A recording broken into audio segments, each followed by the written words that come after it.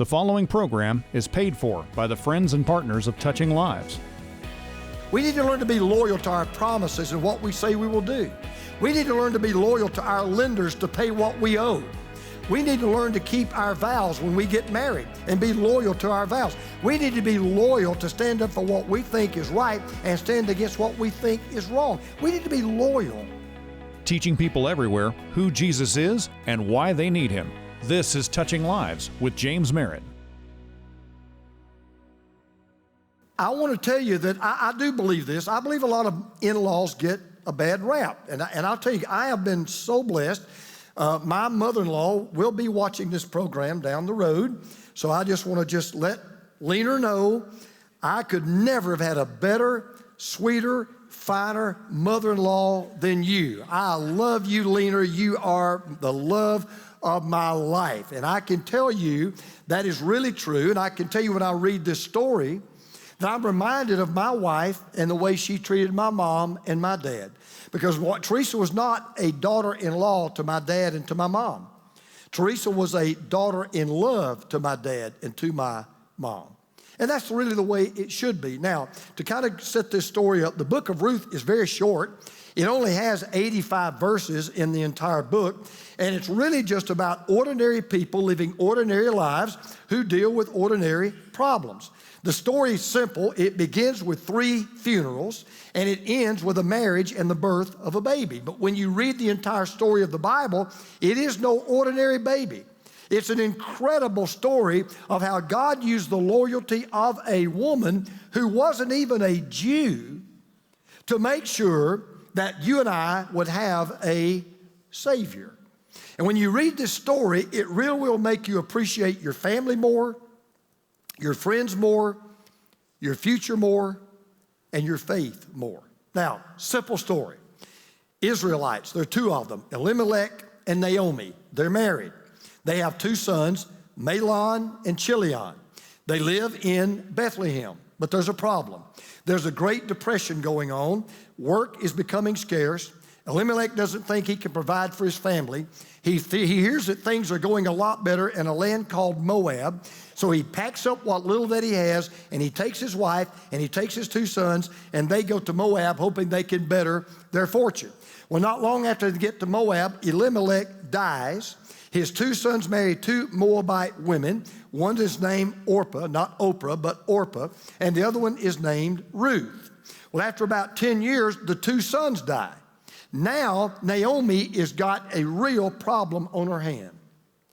She has no husband. She has no sons. And all she has are 2 daughters-in-law. And in that culture, that was a completely impossible situation because there's no way that 3 women on their own, particularly widows with no children, no relatives, in a time of famine would ever hope to survive very, very long. So Naomi, this mother-in-law, is so wonderful. She's so sweet. She's so precious.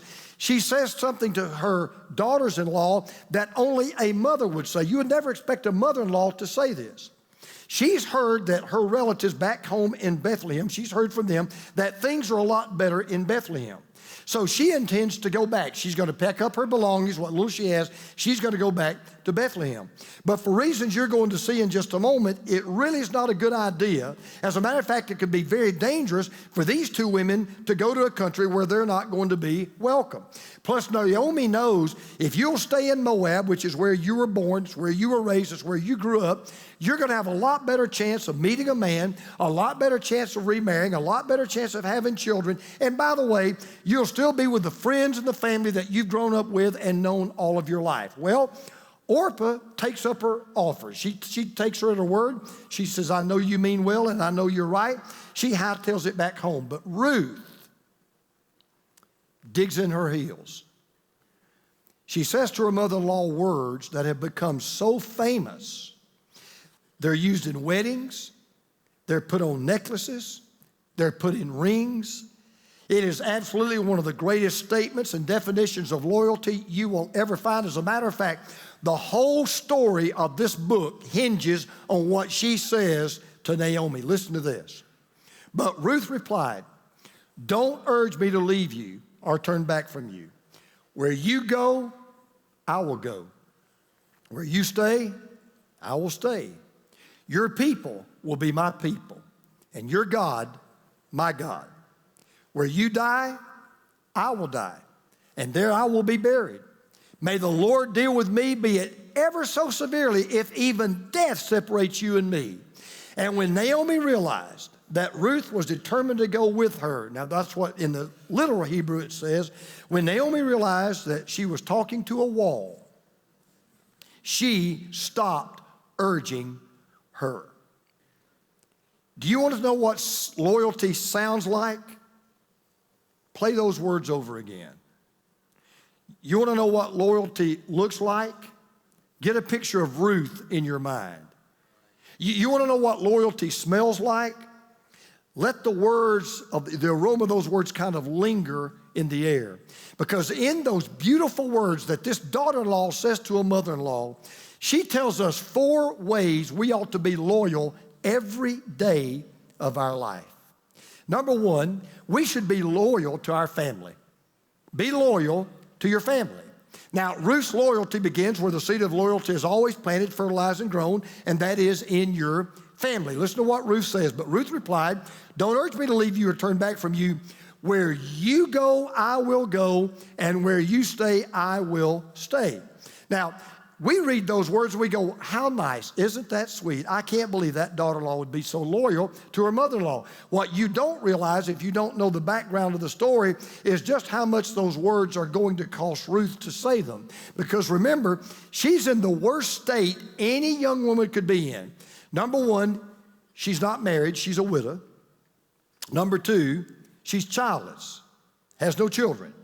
Now, in that culture, younger women who were widowed were encouraged to find a husband as quickly as possible. But there's a problem. Naomi is going to a country where, A, she'll be a foreigner, she will be an immigrant, but because she is a Moabite, we'll find out about that in a moment, because of her Moabite background, she would find it basically impossible to attract any male that would have any interest in marrying her whatsoever. But it's worse. If she goes to Israel, she will be condemned for marrying someone out of a pagan, or he would be condemned for marrying someone out of a pagan background and a country that was at enmity with Israel. So when you think about Israel and Moab, think about America and North Korea. That's what you're talking about. I mean, they hated each other. And then she would be condemned for marrying a Jewish man, and she would be criticized and castigated for taking advantage of her Jewish mother-in-law. So here she is, she's going to give up everything, her country, her social standing, her friends, her relationships, her chances of remarrying, her chances of ever having children, all to spend the rest of her life with a woman she is not even physically related to. It is unbelievable. Oh, and by the way, her mother-in-law has nothing.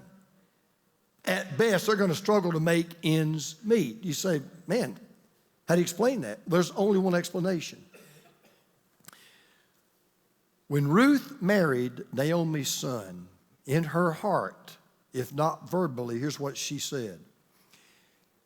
You're not going to be my mother-in-law. You're going to be my mother in love. Amen. And I'm not going to be your daughter-in-law. I'm going to be your daughter in love.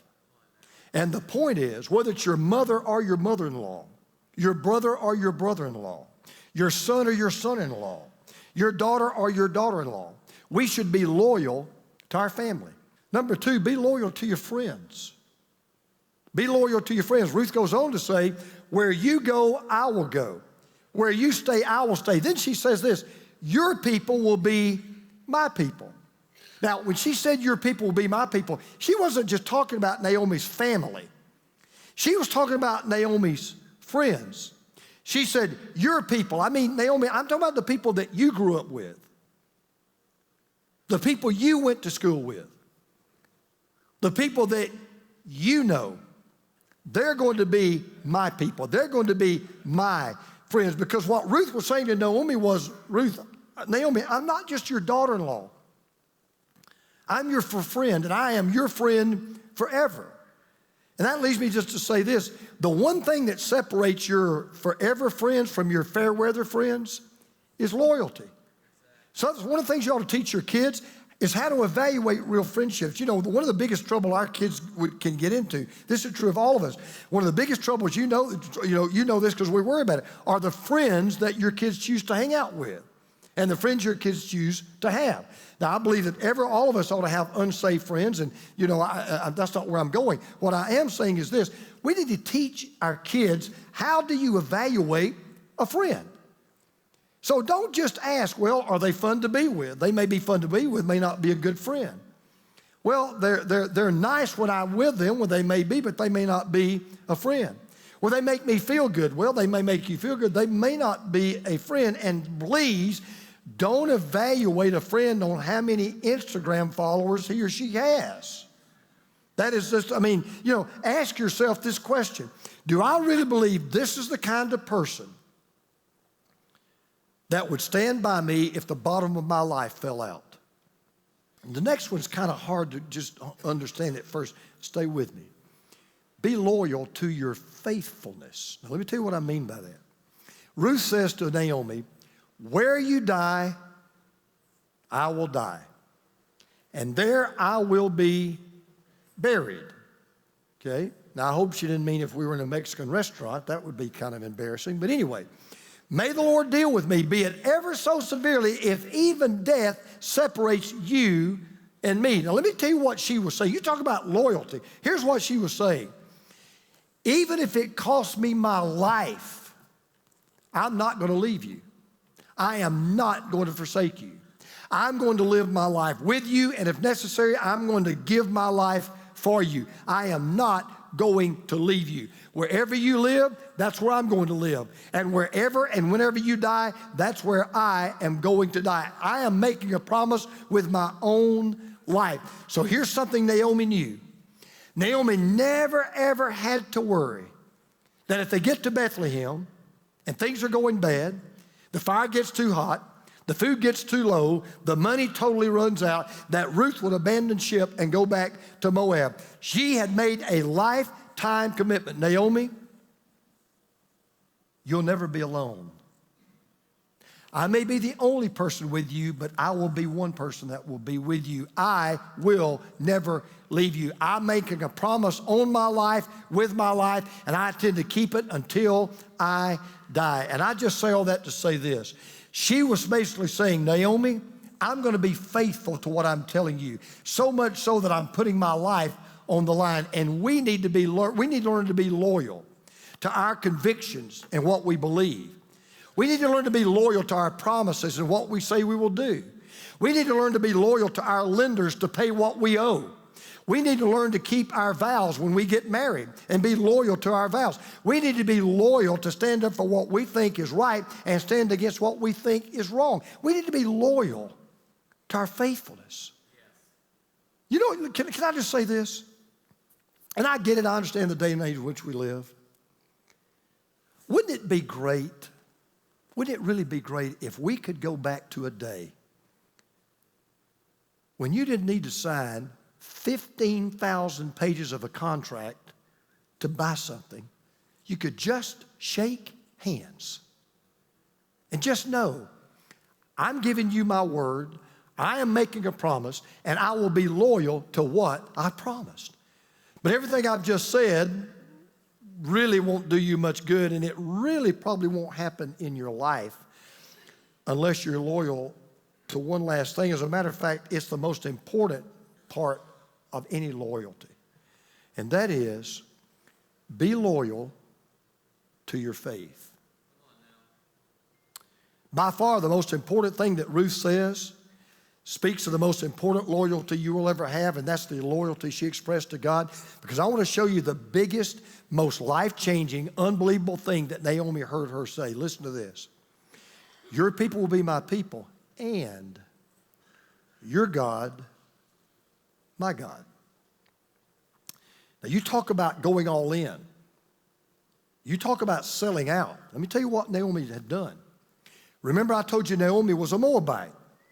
Now, you may not know who the Moabites are, so let me kind of tell you just a little bit. The Moabites actually came from an incestuous relationship that a man by the name of Lot, if you don't know who Lot was the nephew of Noah in the ark. He was Noah's nephew. Lot had an incestuous relationship with his daughter. The offspring of that relationship became known as the Moabites. They entered into paganism. They worshiped false gods. They were guilty of polytheism. They worshiped a lot of false gods. They used eroticism in their religion. They used temple prostitutes. They even offered human sacrifices, their own children, on the altar to practice their religion. The Moabite culture epitomized everything that the Israelites would hate and despise. If you were an Egyptian, you could become an Israelite. If you were an Edomite, you could become an Israelite. If you were trying to think of, let's just say a termite, you could be a part of the Israelites. But the law was laid down for Moabites. Well, listen to this. No Ammonite or Moabite or any of their descendants may enter the assembly of the Lord, not even in the 10th generation. For they did not come to meet you with bread and water on your way when you came out of Egypt. And they hired Balaam, son of Beor, from Pethor in Aram Naharaim to pronounce a curse on you. However, the Lord your God would not listen to Balaam, but turned the curse into a blessing for you. Because the Lord your God loves you, do not seek a treaty of friendship with them as long as you live. For 10 generations, 400 years, God had laid down the law. No Moabite, no descendant of a Moabite could ever enter into the assembly of the Lord. Now that time has already passed, but the curse still lingers in the air. So here's a young woman who has everything going against her. She has every reason to reject God. Her past is against her. She was raised in a pagan family. She worshiped pagan gods. Her present was against her. All she had was a mother-in-law, no husband, no children, no source of income. Her future was against her. She's about to go to a land and a people where her very ethnicity would be a curse word. A no welcome sign would be put up all of the neighbors' homes. She's about to go into a country where they're going to let her know right up front, I don't want you, if you ever have kids, I don't want them to have anything to do with my kids. I don't want you to meet me when I'm on the street. You won't be invited to the neighborhood parties. You're not going to be invited to anything that we have in the neighborhood. Don't speak to us. Don't talk to us. We don't like you. We hate you. We don't want you here. Go back to where you belong. All of that was true. But she said, I'm going with you, Naomi, because your God has become my God. Your real family is the family you're going to spend eternity with. Now, it's because of your faith family you love your flesh family. It's because of your faith that you want your flesh family to be a part of the faith that you have. But the greatest family you'll ever be a part of is not your physical family, it is your spiritual family. It is your forever family. And so Ruth had come to know the God of Naomi. She had forsaken the false god of the Moabites. She had given her heart to the true God. And now to her, this is what's amazing.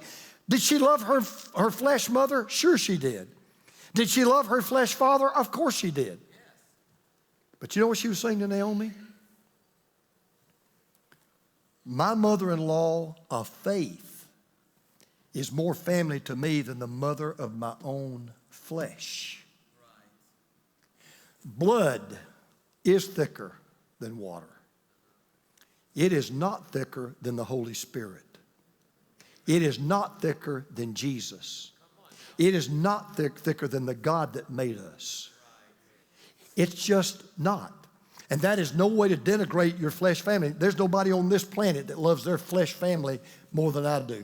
There's nobody that loves their kids more than I love my kids. There's nobody that loves my grandkids more than I love my grandkids. There's nobody that loves their parents more than I love my parents. There's nobody that loves their siblings more than I love my siblings. I absolutely adore them. But at the end of the day, you know why we are such a fantastic family? It's not because of DNA. It's not because of blood. It's because we have a common faith in the Jesus that died for us and the God that made us. And one day we're going to spend all eternity together. That is the real family. That's the family that Naomi was talking about. That's the family that had radically changed her life. And as much as you may love your family, as much as I love mine, the greatest family you'll ever be a part of on this planet is the family of faith. So what does God do? God honors her loyalty. Because let me tell you how the story kind of winds up. She goes to Bethlehem. She meets a man, a great man. He marries her. She has a child in a culture that places far more value on sons than it does daughters. She even wins the respect of all the women in town. Because after she has her firstborn son and all the women are throwing the post-baby party, here's what they said to Naomi about her daughter-in-law. Listen to this. Your daughter-in-law, who loves you and who is better to you than 7 sons, has given him birth. Those mothers, all those women in Bethlehem said, man, sure wish we had a daughter-in-law like yours. Boy, they're better. She is better to you than 7 sons. And oh, by the way, the greatest blessing of all, the son that Ruth had, his name was Obed. May not mean a lot to you. Obed was the grandfather of David, who became the ancestor of Jesus. So because of the loyalty of a pagan Moabite woman who met the true God and gave her life to the true God, guess what happened? You go to the genealogy of Jesus in the New Testament, you'll find 4 women listed in his family tree. There's Tamar. She was a real piece of work. She was guilty of incest. You upgrade to Rahab. She was a prostitute. You go first class with Bathsheba. She was an adulteress. And then you got Ruth. She was a Moabite. But because of her loyalty, God used her not just to bear a son, but to change the history of the world. Now, where do you come into the story? What's all this got to do with you? Okay, you ready? Our God is a loyal God. He keeps his promises. He will never turn his back on us. He will never forsake us. He will stay in your house when the whole world walks out. He doesn't have to walk in when the whole world walks out. He never leaves. He says, I will never leave you or forsake you. Now, if that is true, and you say you know that God and you love that God, then let me just make it very plain. We owe it to that God to be loyal to him and his church in worship. We owe it to that God to find a place of service in this church. We owe it out of loyalty to that God to grow in discipleship, to get in a small group in this church. We owe it out of loyalty to that God to allow ourselves to be sent and to go and to share the life-changing message of the gospel. Loyalty means that when you can be here, you will be here. That's what you're showing when you walk into. Don't you think it's a little small deal? I was out in the lobby while I was watching people come in. Every one of you come in, I said, oh, God, thank you that they came. Nobody makes you come. Nobody pays you to come. But you came. You didn't have to come. And don't think I don't take that for granted. I don't take it for granted. I said, Lord, thank you that they came. But let me tell you something. Whether you realize this or not, next time you don't think it's a big deal, let me just tell you this. Every time you get up, and I know sometimes it's hard to get up. Listen, I'm the pastor, and sometimes I don't want to get up. But every time you get up, whether it's hot or cold, dry or rainy, you get up, you get dressed, you come into the assembly of the people of God. I'm telling you right now, God looks at you and says, thank you for expressing your loyalty to me, and expressing your loyalty to my family, and expressing your loyalty to my son. Thank you for serving whenever and wherever you're needed, because when we needed a Savior to die for us, you know what Jesus said? I'll be there. You can count on me. I am so loyal to you, I'll go to a cross to show you how loyal I am to you. How much more should those of us here today, every time we get the chance to worship, and every time we get the chance to serve, and every time we get the chance to be an encouragement to others in a small group, and every time we get the chance to be sent out and share the gospel, how much more should we say, Lord, I'll be there. To watch an extended version of today's teaching message with Dr. James Merritt, go to touchinglives.org. Years ago, there was a great tennis player named Andre Agassi, and he did these commercials for a camera company. They had the line, "Image is everything." My generation bought into that. Our generation still buys into that. It's image that counts. I beg to differ. Reputation is what other people think you are.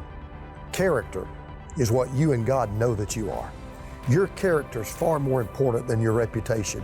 Your character is far more important than any image that you portray.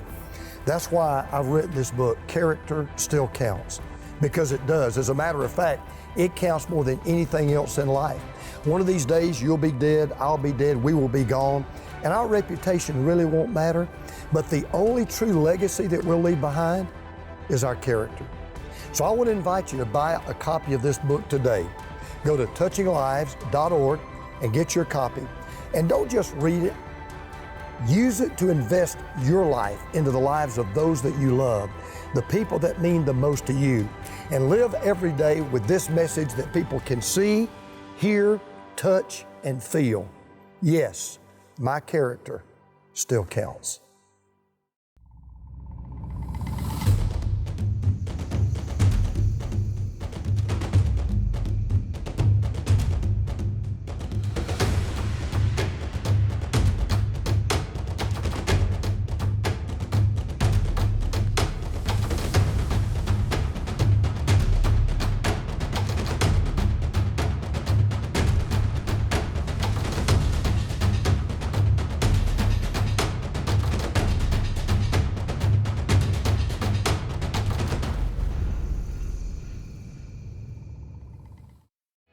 Touching Lives, teaching people everywhere who Jesus is and why they need Him.